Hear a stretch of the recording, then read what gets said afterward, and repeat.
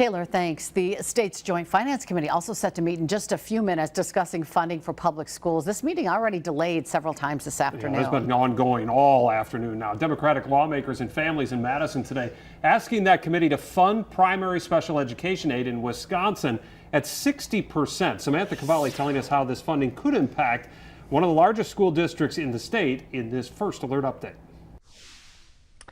Right, Cami and Chris. Superintendent Vicki Beyer with the Green Bay Area Public School District citing urgency behind a letter that she penned to the committee ahead of today's session. She says they are at a point where it's impossible to make cuts without impacting students. Now, in that letter, she cites that primary special education aid could be overlooked. The school levy tax credit is not a true school funding, and there is no increased predictability in public school funding. Beyer says the district transfers nearly $35 million from their general budget, which supports all students to cover expenses for students with disabilities. Now, after making the necessary changes to their staff and schools, Beyer says it is asking the committee to ensure that funding for schools is kept up with inflation. Expenses have gone up substantially in the last 15 years.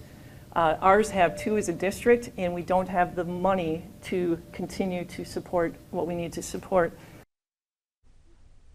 Now, State Superintendent Dr. Jill Underly asking lawmakers to prioritize public education as well, citing the districts are turning to local referendums to cover operational costs. We'll have more on this story later on tonight at 10. Chris?